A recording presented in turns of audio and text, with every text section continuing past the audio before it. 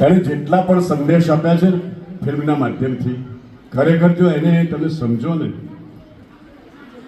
તો ઘણું બધું એ કહી જાય છે. એક અંતરો લઉં છું મિત્રો, ગુસ્તાખી માફ.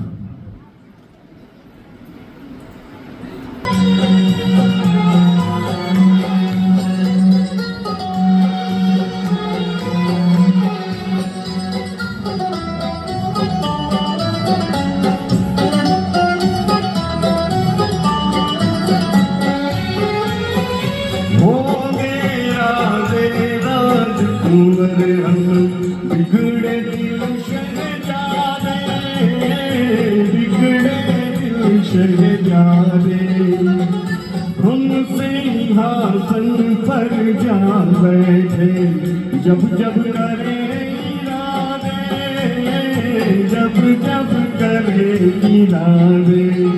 सूरत है जानू दुनिया वालों को हैरान, सर पे लाडो फिर भी दिल है हिंदुस्तानी. मेरा जूता है जापानी, ये बदबू नहीं हिंदुस्तानी. सर पे लाडो फिर भी दिल है हिंदुस्तानी.